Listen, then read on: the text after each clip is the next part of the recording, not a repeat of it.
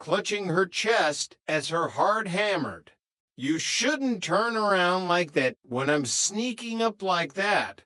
Jack countered with a wide, mischievous grin. I was gonna give you a big surprise birthday kiss. A tripper special. Well, why did you have to sneak? What do you want me to do? Phone for an appointment? Jonna laughed, her irritation melting away. Okay, you can kiss me now. Jack struck a dramatic, romantic pose, leaning in with pursed lips, then suddenly deflated like a popped balloon. No, the moment's ruined. The spontaneity is gone. I can't perform under pressure. Maybe I'll go sneak up and surprise Chrissy.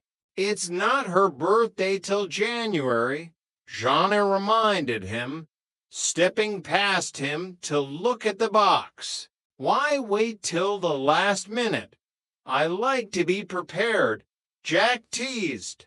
After a few more moments of playful bickering, Jack ducked into the kitchen to prepare the cake for its grand unveiling. Chrissy followed him, her eyes widening as she caught sight of the blue script on the frosting. Jack, this cake says Happy Birthday, Jimmy, she whispered loudly. Jack didn't miss a beat, grabbing a spatula and examining the damage. I know. Some guy named Jimmy didn't pick up his order, so I got it at half price. It's a recession. Chrissy, if you can't give Jonna a Jimmy cake, she might notice. I'm a culinary artist. I'll just scrape off the Emmy so it reads Happy Birthday, Jay. It has that informal California touch. But her name is Jonna, Chrissy pointed out, her brow furrowing in confusion. J is short for Jonna, or Jack, or Jailbird. It's versatile, it's chic, Jack insisted, already elbow deep in sugar as he performed surgery on the frosting. As Jack worked on his culinary forgery, a sharp, rhythmic rapping sounded at the front door. Stanley Roper stood there when Jack opened it, looking profoundly uncomfortable in the presence of youth and vitality. He cleared his throat, his eyes darting around the room as if checking for contraband or unnatural behavior. Jack, could I see you for a minute? Alone? Jack wiped his frosting-covered hands on his apron and stepped into the hallway, leaving the door ajar.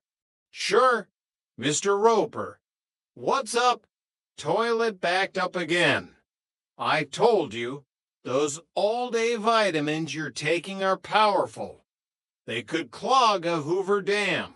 Roper ignored the joke, his face remaining a mask of seriousness. He beckoned Jack further into the hallway, his voice dropping to a conspiratorial murmur that barely cleared his own chin. Did you ever take out a girl before? Jack blinked, genuinely taken aback. He leaned against the doorframe. Before what? Before breakfast. Before the invention of the wheel.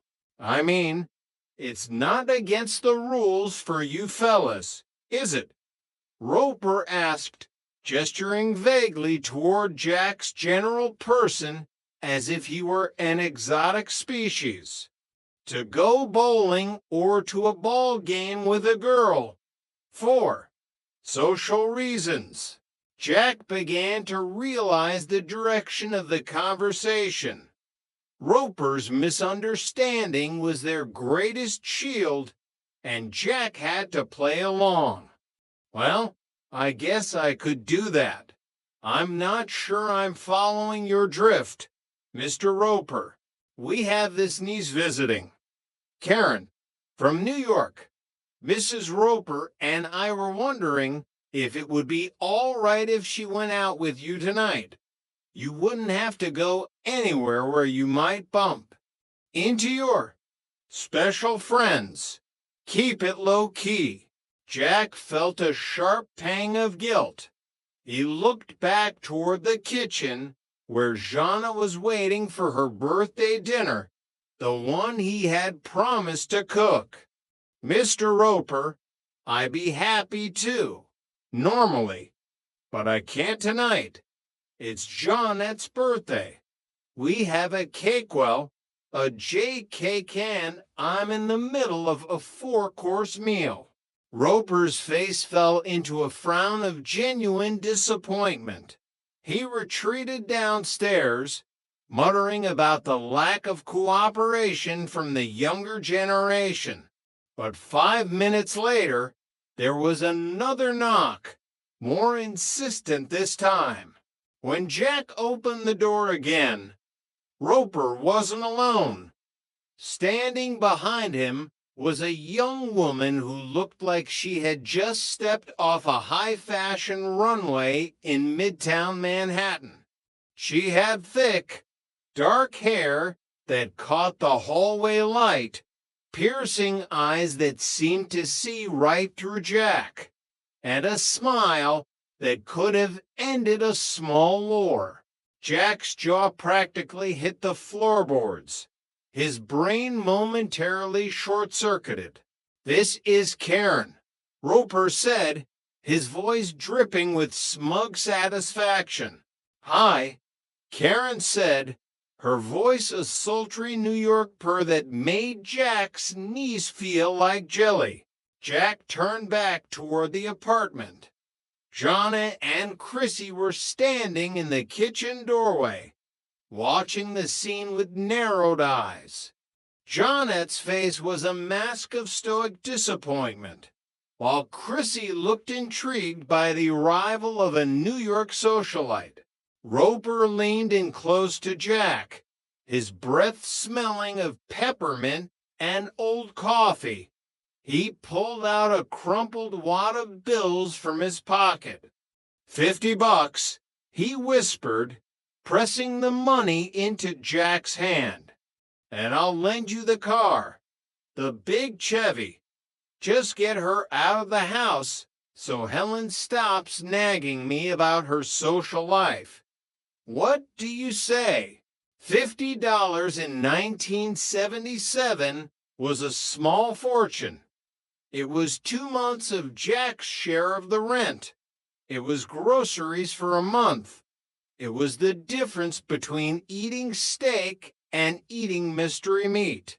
"Karen," Jack said, his voice suddenly dropping 3 octaves into a suave baritone as he tucked the money away. "How would you like me to show you the sights and sounds of this humble beach town?" Chapter 3: The Sleepwalker and the Stray. The date with Karen had been a whirlwind of overheated radiators on the freeway and a very awkward misunderstanding on the Roper sofa that nearly got Jack evicted. But by the following week, life in Apartment-4 had settled back into its usual state of chaotic equilibrium. That was, until the dog arrived. It started with a faint, pathetic whimpering sound near the front door. Jack, who possessed a heart that was far too large for his bank account, had been given a puppy by his friend Larry. Larry was the local used car salesman, a man whose leisure suits were as loud as his sales pitches and whose ethics were as flexible as a gymnast. "He's housebroken. Jana, I swear. Look at those soulful eyes. He's a victim of circumstance," Jack pleaded, holding up the tiny, shivering ball of fur. The puppy licked Jack's nose, sealing the deal in Jack's mind. Jana stood with her arms crossed, her face a picture of logic and reason. Jack, you know the rules. We sign the lease. Paragraph 4